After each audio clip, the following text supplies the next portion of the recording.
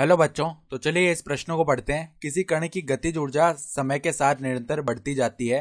विकल्प ए, कण पर लगने वाला परिणामी बल हर समय वेग के समानांतर होना आवश्यक है।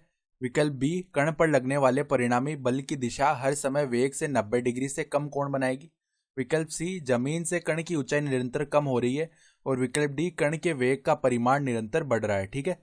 तो प्रश्न में आगे बढ़ने से पहले इस प्रश्न से संबंधित जो मुख्य उदाहरण है उसकी हम चर्चा कर लेते हैं। तो देखो मुख्य अवधारणा क्या हो जाएगी। मुख्य अवधारणा, तो यहाँ पर देखो हम जानते हैं गतिज ऊर्जा जिसको हम के ई से लिखते हैं, इसका सूत्र क्या होता है 1/2 गुणा में एम बी स्क्वायर, जहाँ पर एम क्या होता है कण का द्रव्यमान और वी क्या होता है कण की चाल। ठीक है। तो अब प्रश्न के मुख्य हल में आ जाते हैं। देखो पहले विकल्प में उसने क्या बोला है, कण पर लगने वाला परिणामी बल हर समय वेग के समानांतर होना आवश्यक है। ठीक है। तो एक ही बात कर रहे हैं, उसमें वो क्या बोल रहा है, मान लो ये कण है हमारा। ठीक है। तो इस पर मान लो बल इस तरफ लग रहा है, बल नहीं वेग इस तरफ है। ठीक है।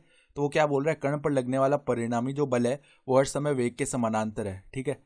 होना आवश्यक है, यहाँ पे इस शब्द पे ध्यान ध्यान देना, होना आवश्यक है यानी ये जरूरी है होना। ठीक है। तो अब देखो, अगर बल वेग की दिशा में लगा, देखो समानांतर का मतलब क्या हो गया, समानांतर का दो मतलब हो गया। एक तो मान लो वेग अगर इस दिशा में है तो बल भी इसी दिशा में लग रहा है, और एक मान लो वेग इस दिशा में है तो बल इसके विपरीत दिशा में लग रहा है। ठीक है। तो अगर बल और वेग दोनों की दिशा समान हुई तो यहाँ पर वेग का जो मान है ना वो बढ़ेगा, यानी चाल का मान बढ़ेगा, ये भी बोल सकते हैं। यानी वेग का जो परिमाण है ना वो बढ़ेगा। क्यों बढ़ेगा? क्योंकि बल जो है वो कोई ना कोई त्वरण देगा। तो त्वरण क्या होता है, वेग में परिवर्तन की दर। तो त्वरण अगर वेग में परिवर्तन की जो दर है वो वेग की दिशा में ही हुई, यानी वेग बढ़ेगा, इसका मतलब यही हुआ, यानी चाल भी अपनी बढ़ती जाएगी। ठीक है। अब अगर चाल बढ़ेगी यानी यहाँ से v का मान बढ़ा तो जो गतिज ऊर्जा है वो भी बढ़ेगी। तो इस स्थिति में गतिज ऊर्जा बढ़ी है। लेकिन यहाँ पर देखो, अगर बल की दिशा इस वेग की दिशा के विपरीत हो गई तो उसी से क्या होगा कि जो हमारे पास चाल है वो लगातार घटती जाएगी। तो चाल अगर घटेगी तो गतिज ऊर्जा का मान भी घटेगा।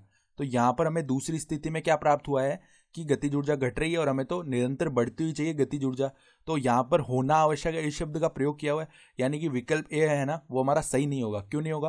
क्योंकि कण पर लगने वाला परिणामी बल हर समय अगर वेग के समानांतर इस प्रकार हुआ कि बल की दिशा और वेग की दिशा आपस में विपरीत है तो जो गतिज ऊर्जा है वो बढ़ेगी नहीं घटेगी, यानी विकल्प ए तो गलत हो गया। अब विकल्प बी पर आ जाते हैं। विकल्प बी में वो क्या बोल रहा है, देखो ए विकल्प तो हमारा गलत हो चुका है। ठीक है।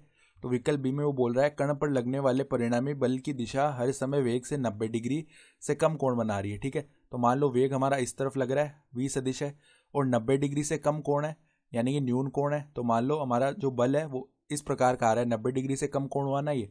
तो ऐसा होने पर क्या होगा, देखो हम ये जानते हैं कि वेग की दिशा में अगर बल की दिशा आ गई या फिर बल की दिशा का कोई घटक आ गया तो हमारी चाल का मान बढ़ जाएगा। सही है। तो 90 डिग्री से कम कोण भले ये ले लो या ये ले लो, इस प्रकार से ले लो, कोई फर्क नहीं पड़ेगा। तो यहाँ पर बल का कोई ना कोई घटक यानी कि एफ कोस थीटा आएगा इस तरफ। ठीक है। तो एफ कोस थीटा घटक क्या करेगा, यहाँ पर वेग की दिशा में एक त्वरण उत्पन्न कर देगा। तो वेग की दिशा में त्वरण उत्पन्न करने से जो चाल का मान ना वो बढ़ जाएगा। ठीक है। चाल का मान बढ़ गया तो यहाँ पे गतिज ऊर्जा भी क्या होगी, बढ़ जाएगी। यानी विकल्प बी जो है ना वो हमारा सही विकल्प आ रहा है। ठीक है। तो विकल्प बी हमारा सही विकल्प हो चुका है। ठीक है ना। तो विकल्प बी सही विकल्प हो गया। फिर आगे चलते हैं, विकल्प सी में वो बोल रहा है जमीन से कण की ऊंचाई निरंतर कम हो रही है। तो ये तो देखो हमारा सही विकल्प आ गया। अब सी विकल्प में आ रहे हैं। तो जमीन से देखो कण की ऊंचाई लगातार कम हो रही है, मान लो ये हमारी जमीन है। अब देखो यहाँ पे दो स्थितियां बनेंगी। वैसे अगर हम ये विकल्प एक बार पढ़ते हैं तो हमें क्या लगता है कि यहाँ पर जमीन से कण नीचे गिर रहा होगा, जी त्वरण लग रहा होगा। तो यहाँ पर इस स्थिति में क्या होगी, लगातार देखो ये जो त्वरण है ये वेग की दिशा में ही है। ठीक है।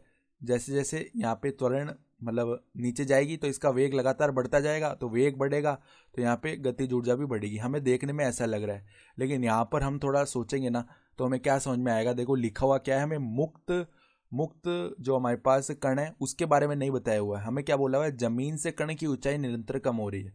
अब ऊंचाई तो ऐसे भी कम हो सकती है कि मान लो कोई लड़का खड़ा है और वो क्या कर रहा है, इस कण को पकड़े हुए अपने हाथ में। ठीक है। जमीन पे खड़ा हुआ है लड़का और इस कण को अपने हाथ के साथ नीचे लेके आ रहा है। ठीक है। तो अगर ये वो इस कण को नीचे लेके आया ना तो उस पर त्वरण का कोई प्रभाव नहीं पड़ा, उसने केवल ऊंचाई कम कर दी। ठीक है। और त्वरण से कोई फर्क नहीं पड़ा, यानी कि चाल में कोई भी वृद्धि नहीं हुई।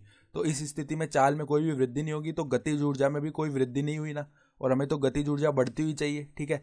यानी कि जो विकल्प सी है ना वो हमारा सही विकल्प नहीं होगा। ठीक है। क्योंकि विकल्प सी का हमें एक विपरीत स्थिति है वो मिल रही है। ठीक है। अब कण के वेग का परिमाण निरंतर बढ़ रहा है, तो अगर वेग का परिमाण बढ़ा तो वेग का परिमाण यानी चाल बढ़ रही है तो गतिज ऊर्जा भी क्या होगी, बढ़ेगी।